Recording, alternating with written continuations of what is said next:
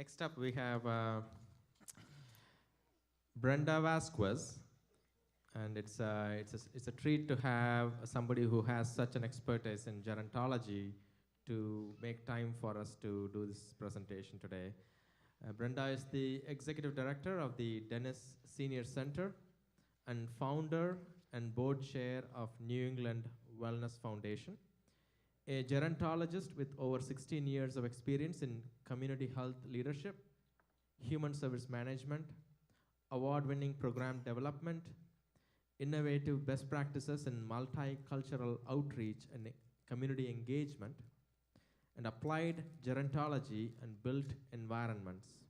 Brenda is thrilled to speak about the importance of social connections across the lifespan today. Brenda has a Master of Arts in Gerontology from the University of Southern California's Davis School of Gerontology and a Bachelor of Science in Mass Communication and Film and Television from Emerson College. As a young singer and TV show host, Brenda, what are you, 12 or something at that time? 12 years old, yeah. Brenda developed a deep appreciation for the arts and promotes active engagement of older adults in musical theater, dance, filmmaking, writing, and other creative activities. She intends to use her experience, education, and training to transform the senior centers into hubs for community health and well-being, and looks forward to designing and launching a new model for sustainable, community-based day wellness centers for older persons, their families, friends, and caregivers. Without further ado, Brenda Vazquez. Thank you. Thank you, Doctor. Thank you. Can everyone hear me okay? Yeah.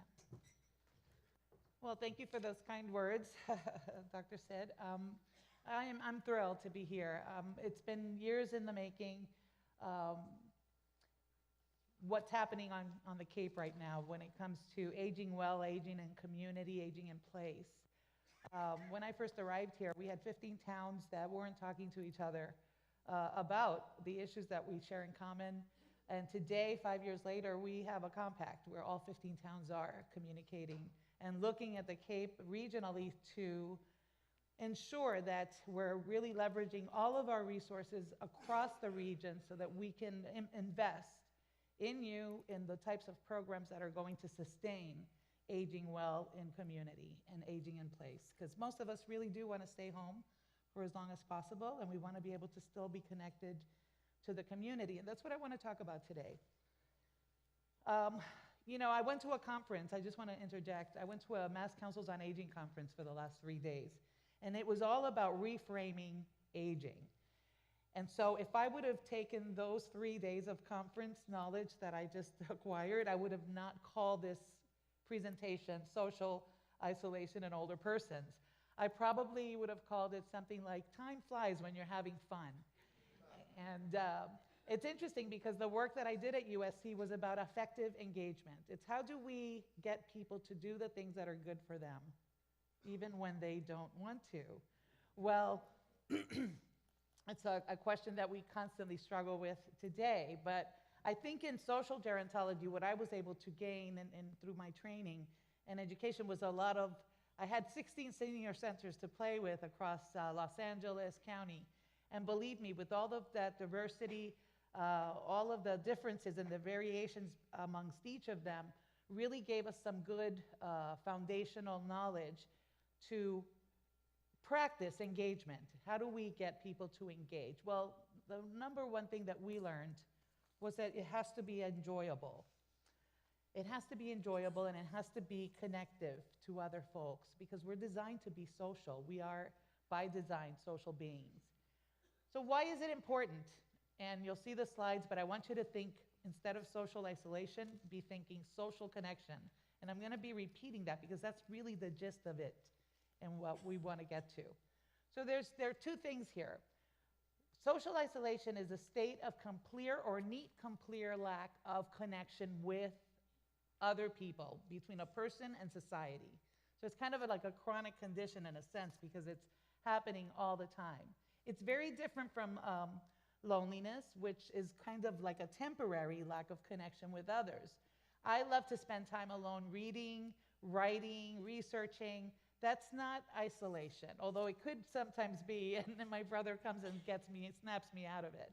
But I have a social circle. I have things that I do. I have people that I see that I go out with, that care about me, that I care about. So even though I choose to spend time alone, it doesn't make me socially isolated. Social isolation is a serious situation that we're going to look at a little bit more closely today. Social isolation is the most significant risk factor for people as they age. As we get older, as we survive, the people that we have shared our lives with don't always necessarily follow us. There's a tremendous sense of loneliness that comes about when you lose the family infrastructure that might be around you. So here they are trying to deal with declines in health, dealing with the loss of a social structure, and have to work really, really hard to maintain contact with community, reduce isolation, and forge a way to live as full a life as possible. When people become socially isolated, they become depressed, they become sad, and they are not able to take care of themselves as well.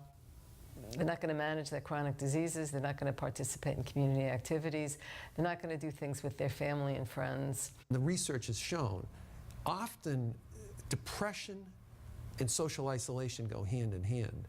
So not that every person who's socially isolated is depressed, but often people who are depressed are very socially isolated.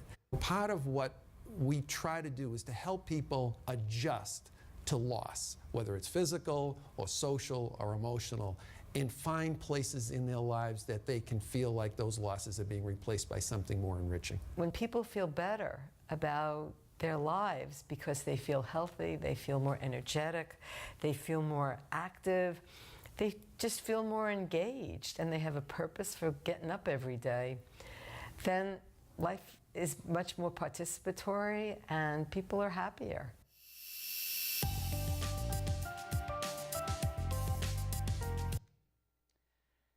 So you can see how this can become a serious problem very quickly, especially with a population that is exponentially growing by the tens of thousands each day here in the country. We're looking at something that's been studied in psychology. It's been looked at through the social work lens, public health, even to legislative advocacy levels where we're trying to educate legislators around this. It's an exciting time in Massachusetts to have had the administration support appropriations that were increased for social programs for older persons, and I'll talk a little bit about that later on. But it's harmful. It's harmful to our mental, to our physical health. It's a challenge for communities across the country because we have so many variations in landmass. We have cities where you have a lot of people together. We have rural areas, many of our areas here on the Cape, Western Massachusetts. These are two regions that share a lot of the same challenges with transportation and mobility, and these things can actually contribute to social isolation. But 19 million older persons could become socially isolated, including those with people that, families that live out of the state. We have a lot of families here on the Cape where that situation is a reality, but limited social contact. You retire from your workplace, and now you're no longer meeting with your coworkers or carpooling. You lose those connections, those relationships that you enjoyed each day. And so mobility issues can also become an issue when you lose that key after too much AGE. Was that it? So these are some of the things that we want to be learning and looking about. So this is what the numbers look like. 1 in 4 of the 76 million baby boomers could become isolated. This could be epidemic. I remember somebody painted a picture in one of the conferences that I attended about it could be as real as we start to knock on doors and people don't answer because no one has seen them, no one has had a contact with them, and they could be not even alive. We may not even know. And this is an exponential potential epidemic. So what do we do about that? Well, first we learn about it. We understand that it's been proven to have negative health outcomes. So we want to prevent it and make it part of our self-care. Prolonged loneliness and isolation can equal, Dr. Sid mentioned this, can equal the health risks of smoking 15 cigarettes a day. It's like you never really think about spending time by yourself and this type of risk that you're putting yourself through, that we put ourselves through. 26% of people have increased risk of death due to loneliness. So this is something we just want to fight. How do we do it? How do we get started? Well, we have to get off the sofas. We're gonna have to get off the sofa. That's the first step. But purpose, we heard about purpose, and how having a purpose can truly give us an incentive and a motivation to get up. We're gonna talk about some resources and opportunities that we have here on Cape Cod to get involved, to have some meaning in our lives and some purpose. We are, again, designed to be social. So the number one risk and the number one red flag that you want to be aware of is that if you're spending time alone, obviously you're here today, you're getting out of the house, you're engaged in some form. Many people who are not here today are probably home not doing anything, not getting out, and not having all of the types of opportunities, or not opportunities, but experiences that are going to foster well-being and independence in their lives. We are paying attention to whether changes in behavior can affect our cognitive status. And definitely we will see, and we've heard here today, how physical activity and different types of behaviors can definitely have an impact on our cognitive status and prevent a decline. We also want to look at the fact that Dr. Sid also mentioned how we've developed all of these pharmacological ways to address disease, but really all those drugs are not doing very much to improve the conditions. And so we're looking at other ways, including our nutrition solutions to address the problems of Alzheimer's. And these are citations from Michelle Carlson, who's a researcher and associate professor at Johns Hopkins. So this is a study that was done, and we want to talk about why is purpose so important. The study basically looked at 15 hours a week of individuals tutoring public school students, helping them do homework, and then we had another group where volunteers were just assigned the random tasks. When both groups were compared in this 2015 report, the men in the intergenerational activity, where they were actually helping and tutoring children or working with high school students on learning computer skills, for example, a program that we have in Dennis, these types of activities experienced improved cognition. And so we have this knowledge. We know that it works. We know that when we're actually working with purpose and getting involved with other people can protect us from this. It's not very clear why the school helpers got more benefit, but I am very suspicious that it has something to do with the fact that there was a sense of need, of connection, like in the blue zones that we heard about from Dr. Sid. And so we want to look at how do we continue to get that sense of purpose. Purpose, or making a lasting contribution, is linked to risks of heart disease, strokes, and cognitive impairment. So an increased tendency to pursue health screenings and exercise. So it affects our behavior. If we have a sense of purpose, if we have a motivation, we get up in the morning with that sense of I'm needed to do something here, this will have a direct correlate impact on our risk levels for these incidences. So people with higher purpose are more proactive with their health. So let's find a purpose. And how do we start doing that?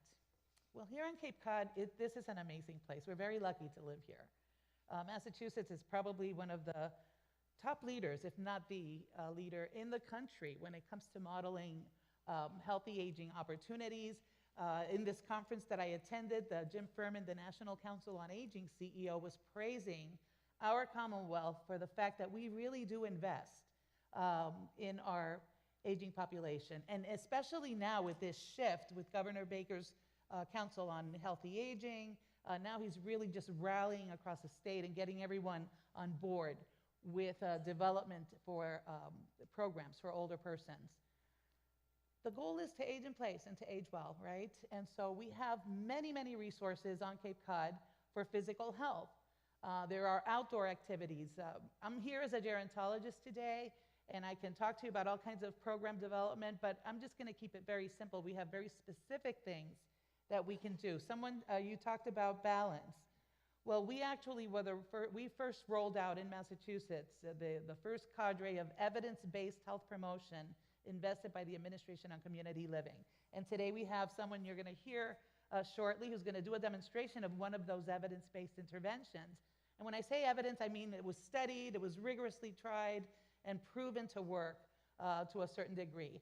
So we have opportunities here for free workshops of that type of health promotion where we can be educated on self-management and really get some transformational skills to create action plans in our days and really live with purpose. So these are opportunities that you'll hear about, specifically dates and things that are coming up. But taking a group exercise class or enrolling in a falls prevention class like the Matter of Balance that's coming up. Taking up dancing, and we're gonna talk a little bit more about that because that's just one of my favorite things to do.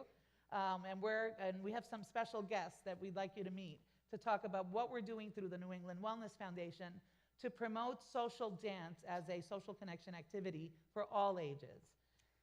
Social health, volunteering, what more than a sense of purpose could we have? We have a workforce crisis in caregiving in our country, but here, because we have such a high concentration of older persons living in close proximity, and we live in an area where it's really not that affordable for the younger workers, we have a caregiver crisis. And we have to start depending on a lot of our self-created things like programs like villages, these groups that are surging up all over the place with volunteers that help each other in the community achieve certain tasks, get to the grocery store, go to a hairdresser, giving each other rides, doing small repairs in the homes. People volunteer, people sign up, and it's like this way of supporting folks in community. Attending a concert, you know how many kinds of activities we have here. I just saw Elton John, last weekend. It was pretty engaging and entertaining. You have committees galore to join on the Cape. We have 15 towns with each town probably having its own share of 10 to 15 committees. Always something to do. I could never understand how people say, I'm bored, because I always feel like there's something to do. The social health, again, joining a committee on housing and transportation, which are two very, very high-level risk factors for social isolation, because if you're not living safely and you're not being able to get around, that will have an impact. Community health has a number of volunteer opportunities as well as intellectual health. So with the New England Wellness Foundation, what we are doing, I'm going to talk twofold here, because as the director of the Dennis Senior Center, we have an opportunity right now to build an expanded center.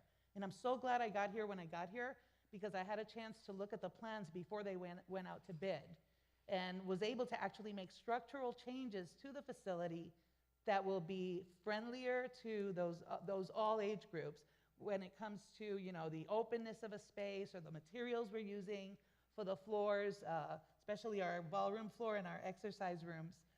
Those kinds of details I was able to be part of the decision-making process. So hopefully when we go into construction in January, February, which is what we're expecting, hopefully the weather will work with us, we'll be seeing this type of facility, which is a lifelong dream for me professionally, is to be able to build these structures that are going to support community. Just continuing quickly here. I want to point out the fact that there are so many opportunities. We have over 1,000 nonprofit organizations on Cape Cod alone. So if you need a volunteer opportunity, you can find the volunteer opportunity. But senior centers right now are sort of in this transformative mode. Sometimes I think it's just because of the way that I like to look at things. But because I get a chance to transform mine, we have started to develop the programming that is going to fit into this new facility. So once our new senior center is in, we will have a state-of-the-art ballroom, because as I mentioned, we love dancing, and we're going to talk about this program that we've launched through the foundation, so that it's not just happening in Dennis, but through the foundation, we're able to spread it out throughout the Cape. And that is our social dance night program, which I'll talk about. The Legacy Film School is a project of my heart. I wanted to give people an opportunity to be aspiring filmmakers. And I'm a filmmaker and a documentary producer from my first career. And so I wanted the opportunity for people to learn about each other, to also have younger folks mitigate that whole stigma around aging, and to bring generations together so that they can learn from each other, but to create pieces of art that can be shared with families and friends and others. So talk about a sense of purpose. But we had to create a curriculum, we had to kind of design it for the older learner, and now we have a robust group through a partnership with the Community Media Center in Dennisport, and we have a school of filmmakers learning how to produce their films and interviewing skills, and so we're looking forward to the first Senior Film Festival in Cape Cod next year, next spring, as a result of this. Social dance nights, yeah, this is exciting. Social dance nights are happening now. We started in Yarmouth at Betsy's Ballroom. We have John V. here, who is our instructor. He's a member of the board of directors of the New England Wellness Foundation. And because of his generous donation of time and his passion, we have been able to develop a program in the Cape that focuses on dancing. The CDC released a study in June of 2018, a study that demonstrated the direct impact that dancing can have on preventing cognitive decline, improving physical activity, and my gosh, is it fun? Is it fun? It's got to be the most social activity that I know of in my knowledge. I want to present Dr. Clara Mezzonero and John Vazquez, who are now, as part of the foundation's work, spreading this dance program that we started in Yarmouth, now we have in Dennis, and they will now be working, John developing the curriculum as an educator that he is and a professional dancer. Now we have two doctors visiting a senior center to show dance, to show evidence-based dance exercises and routines that are not just going to connect you socially, but you'll be able to see, if practiced on a regular basis, the benefits for your physical health and mental and cognitive health. So John, I'd like you to just say a few words if possible. Dr. Mezzonero, would you please come? Dr. Mezzonero is the Chief of Pathology of Cape Cod Healthcare, so you're in good hands here, but we just wanted to make a quick introduction and maybe talk about the programs that are coming up. Sure enough. Hi, how's everybody doing today? So basically, the program comes from cultural backgrounds that I have experienced. And in most cultures, the value of elders are very much revered. So when it comes to the dance environment, there is no age. There is no, oh, he's a senior, let's not dance with him, or no, he's just too little, I'm not going to dance with you. No, there isn't any like that. It's a great platform in where we can do intergenerational connections between the ages and the different levels. And that's where I jumped in, because I saw that the benefits of dancing is universal, and it's across the board, intergenerationally. And I thought it was a great arena. So when I actually tried it out and started to test it in Western Mass, it brought great effects and great results. And coming to the Cape, I realized that that's something that could work here. So as we started to work it, it has been bringing incredible results. So I partnered up with Dr. Clara Mezzonero, and she is my official dance partner. We actually dance ballroom. We are going into competitions, and she literally dances, okay? She just doesn't do medical stuff. And and then obviously, we go ahead and we pull Dr. Sid into the arena, and guess what? Now we have two doctors that every Tuesday of every month go to the Barnstable Senior Center and actually teach a dance class for senior members out there. Now, in terms of our program, what we do is every Friday, every second Friday, and then we have every fourth Friday. But every second Friday, we actually meet in Osterville, or at St. Peter's Church, where we do a drop-in and we teach dancing, and at that point it's Latin dancing because we're following the CDC recommendations, right? That's right.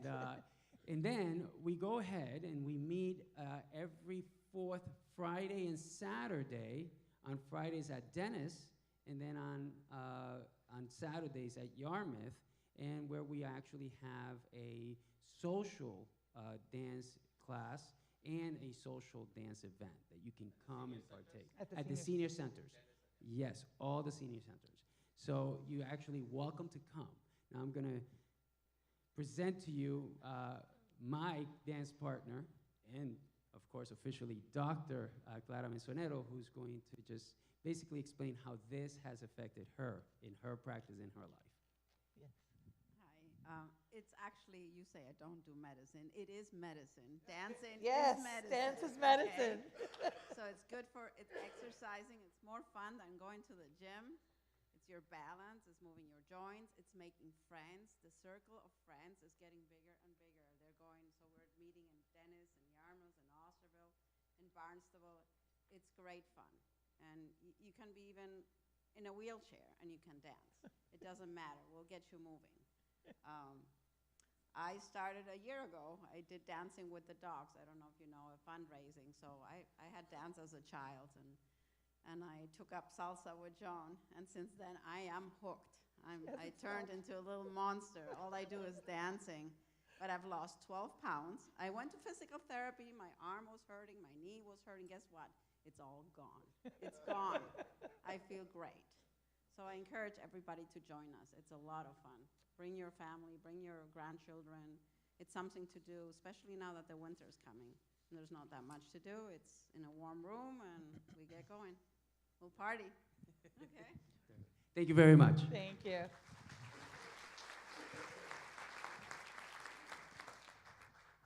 So now you have it. I'm going to provide some contact information, and maybe we can post some dates on our website or figure out a way to get you the calendars or the information to links so you'll know what's happening and what we're doing around these activities, these social connection activities. Be aware that transportation in cold, snowy weather can be a barrier. All 15 senior centers. And let's not get caught up on the senior word in senior center. Call it, the hub, whatever we call it. These are places that are thriving with activity, opportunities for engagement, learning, lifelong learning. They're amazing, and they're about to get even better, I promise you, on Cape Cod. Every single center offers transportation opportunities. Just call ahead, make arrangements. If you feel that you can't get somewhere through your own vehicle or you just need assistance, there are many, many resources that are available to each of you to get to the places where you need to get. As I said, they do offer all these opportunities. We talked a little bit about what the 15 towns are doing. You're going to see an impact across the built environment and transportation changes in housing and economic security initiatives that are happening and being discussed even as we speak. I just want to thank you so much for the opportunity to speak today, and I want to give you an opportunity for questions if you have them. Matter of Balance, by the way, is starting.